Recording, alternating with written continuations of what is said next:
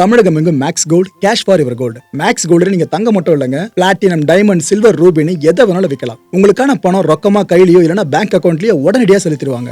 Market மதிப்பை விட 100 ரூபாய் ஒரு கிராமுக்கு உங்களுக்கு கூடுதலா கிடைக்கும். தமிழ்நாடு முழுக்க டோர் ஸ்டெப் சர்வீஸும் இவங்க ப்ரொவைட் பண்றாங்க. உங்களுக்கு கோல்ட விற்கணும்னு அதுக்கு ஒரே ஒரு பெஸ்ட் பிளேஸ் மேக்ஸ் கோல்டு தான். கால் 04445454545. வணக்கம். Big topic with Karthik Mayakumar. இன்னையோடு 5 மாநில தேர்தல் முடிவுக்கு வருதா வாக்குப்பதிவு. இதுக்கப்புறம் தான் நிறைய விஷயங்களை சர்ப்ரைஸாக நம்ம பார்க்க காத்துக்கிட்டு இருக்கோம். இதுக்கு மத்தியில் கொல்கத்தா ஆர்ஜி கேர் ஞாபகம் இருக்கா? அந்த விஷயம் இதை சார்ந்த முக்கியமான சில விஷயங்களை பார்க்க போகிற நிகழ்ச்சிக்குள்ள போகலாம்.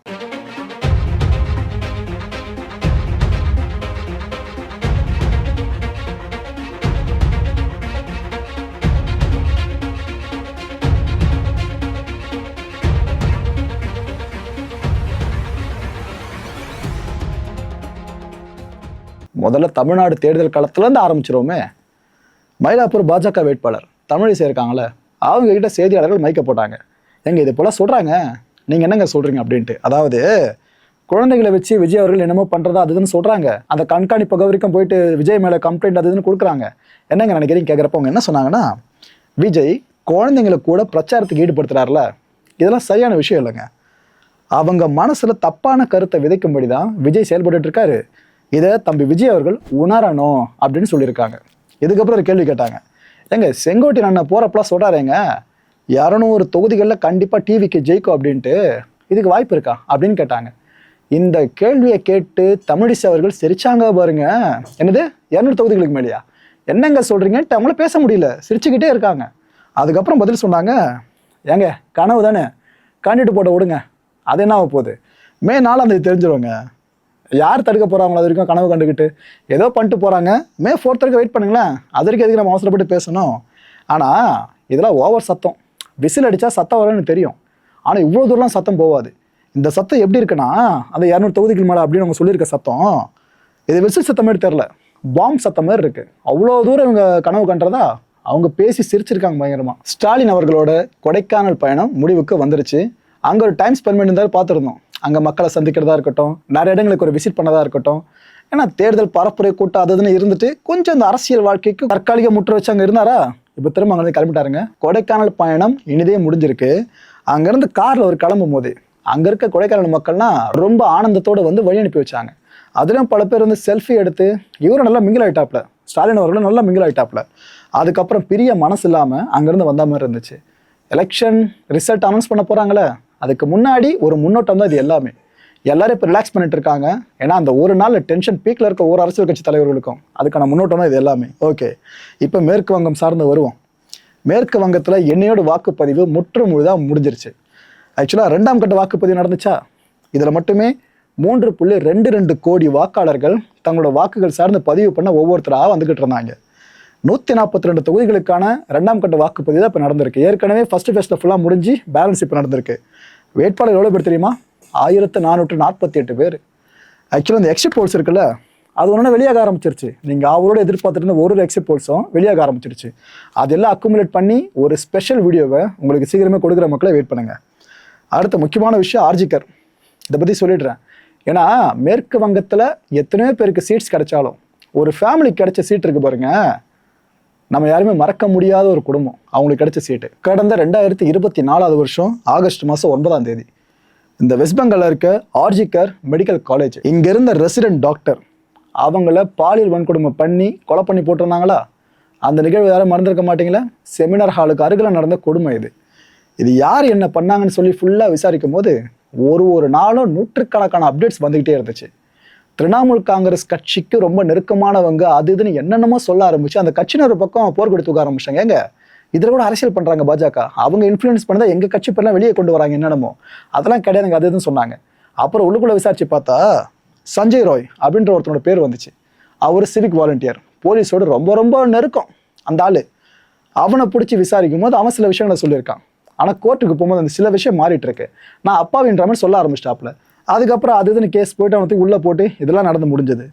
இதில் திரிணாமுல் காங்கிரஸ் இருக்குல்ல, அந்த கட்சி மேலே பயங்கரமான களங்கம் ஏற்பட்டுருச்சு அந்த கேஸ் டைமில். மமதா பானர்ஜி அவர்கள் பெண்கள் பாதுகாப்பு சார்ந்துன்னு சொல்லிட்டு இந்த விஷயத்தை மையப்படுத்தி என்னென்னவோ பண்ணி பார்த்தாங்க. ஆனால் பாஜக பயங்கரமாக காய்களை நகர்த்தினாங்க. பாஜக பார்த்தா தெரியுமா உங்களுக்கு, ஒரு சின்ன ஒரு சின்ன நுழைய இடம் கிடைச்சா போதும், அவங்க அந்த இடத்துக்குள்ள புல்டோசர் நுழைக்கிற அளவுக்கு பெருசாக யோசிக்க ஆரம்பிச்சிருவாங்க. ஏன்னா அரசியல் அவங்க கிட்ட கற்றுக்கணும், புகழன்னு நினைக்காதீங்க, அந்த அளவுக்கு அக்யூரேட்டாக அரசியல் பண்ணுவாங்க. இப்போ இந்த எலெக்ஷனில் ரிசல்ட் வந்துச்சுன்னா அவங்க தோக்குறான்னு வைங்க, அன்னைக்கே அடுத்த எலெக்ஷனுக்கான வேலையை ஆரம்பிச்சிருவாங்க. இதனால தான் பாஜக இன்னும் அசைக்க முடியாத சக்தியாக இருக்காங்க, நாட்டை திரும்ப ஆண்டுகிட்டு இருக்காங்க. அப்பேற்பட்டவங்க இந்த விஷயத்தில் அரசியலை பார்ப்பாங்களா இல்லையா? ஆளுங்கட்சி பார்க்குறப்ப அவங்களும் பார்ப்பாங்களே. ஸோ இப்படி ரெண்டு தரப்பும் மாறி மோதிக்கவே விஷயம் பூதாகாரமாக மாறிச்சு. நம்மளே ஃபுல்லாக அப்டேட்ஸ் தொடர்ந்து கொடுத்துட்டு இருந்தோம் எங்கள் ஆர்ஜிகர் இஷ்யூவில், ஞாபகம் வந்திருக்குன்னு நினைக்கிறேன். இதில் அந்த விக்டிம் இருக்காங்களே, பாலியல் வன்கொடுமை செய்யப்பட்டு கொல்லப்பட்ட அந்த ரெசிடென்ட் டாக்டர், அவங்களோட பேரண்ட்ஸ் கவர்மெண்ட்டை ப்ளேம் பண்ண ஆரம்பிச்சிட்டாங்க, ஸ்டேட் கவர்மெண்ட்டை.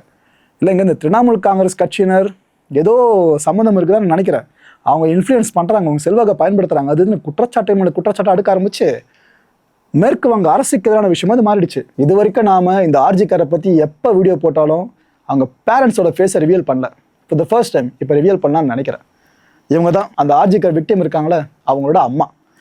இவங்க பேர் ரத்னா தேவ்நாத். ஆக்சுவலாக இந்த அம்மாவும் சரி இவங்களோட கணவரும் சரி ரெண்டு பேரை சொன்ன விஷயம், என் பொண்ணுக்கு இன்னும் முழுமையான நீதி கிடைக்கல, என் பொண்ணு மாதிரி இன்னும் ஃப்யூச்சரில் எந்த பொண்ணு பாதிக்கப்படக்கூடாதுல்ல, அதுக்கான அஷூரன்ஸும் கிடைக்கல. இதுக்கெல்லாம் சேர்த்து வச்சு அரசியலுக்கு வந்தாதான் நாங்கள் அதிகாரம் பெற்று எதனா பண்ண முடியும்னாக்கா நாங்கள் அதுக்கும் தயார்னு சொல்லியிருந்தாங்க. பிஜேபிக்காக இந்த விஷயம் ரொம்ப தெளிவாக விழுந்துருச்சு. பிஜேபி நடத்த நம்ம பண்ணிட்டாங்க, ஒன்றும் கவலைப்படாதீங்கம்மா, நாங்கள் சீட்டு கொடுக்குறோம், நீங்கள் நில்லுங்க அப்படின்ட்டாங்க. இந்த விஷயத்தில் இந்த வெஸ்ட் பெங்கால் எலெக்ஷன் இருக்குல்ல, அசம்பிளி எலெக்ஷனு, அதில் இந்த அம்மாவுக்கு சீட்டு கொடுத்துருக்காங்க பிஜேபி. இந்த பனிஹாட்டி தொகுதி இருக்குல்ல, இங்கே தான் இந்த அம்மா இந்த முறை நிற்கிறாங்க கேண்டிடேட்டாக, பிஜேபி டிக்கெட்டில் கேண்டிடேட்டாக உள்ளே போயிருக்காங்க.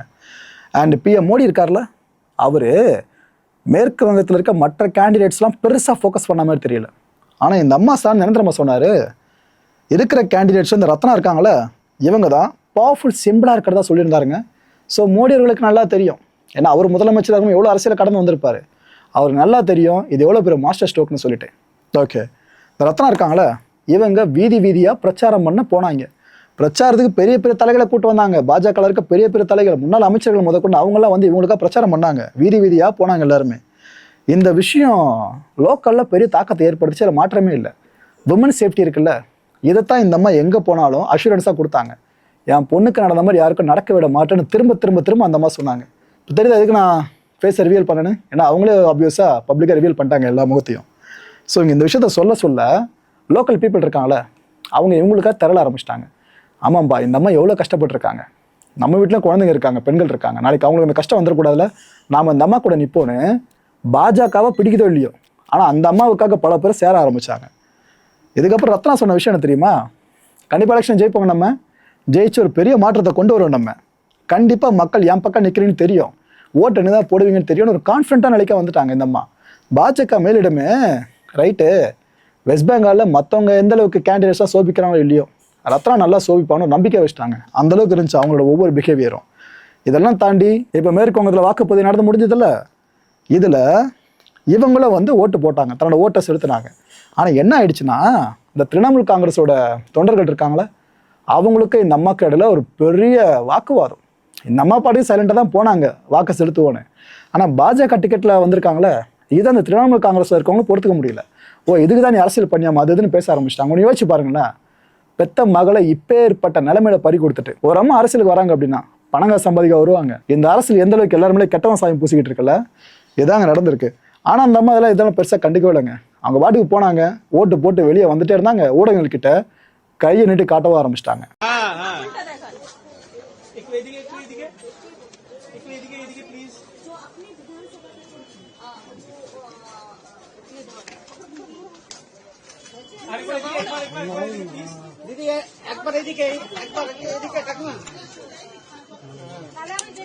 அம்மா முகத்தை பார்த்துட்டீங்க, அடுத்த அப்பா முகத்தையும் பார்த்துருங்க.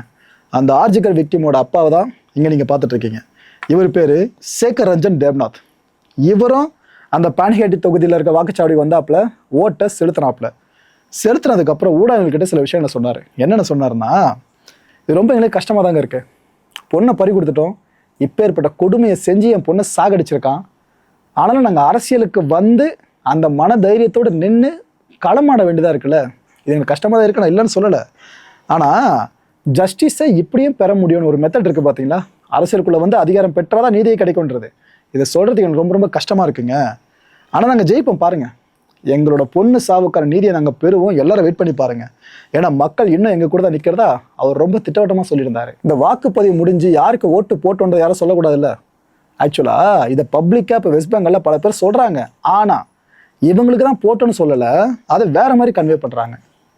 Dedicated this to RG Kar. அது அந்த ஆர்ஜிகர் விவகாரம் இருக்குல்ல, இதில் மக்கள் நிற்கிறது யார் பக்கமோ அவங்க பக்கம் தான் இதுன்ற மாதிரி ஓட்டு போட்டவங்க விரல் அந்த மை வைக்கப்பட்டிருக்குல்ல, அந்த ஃபோட்டோ எடுத்து சோஷியல் மீடியா முழுக்க போட்டுட்டு இருக்காங்க.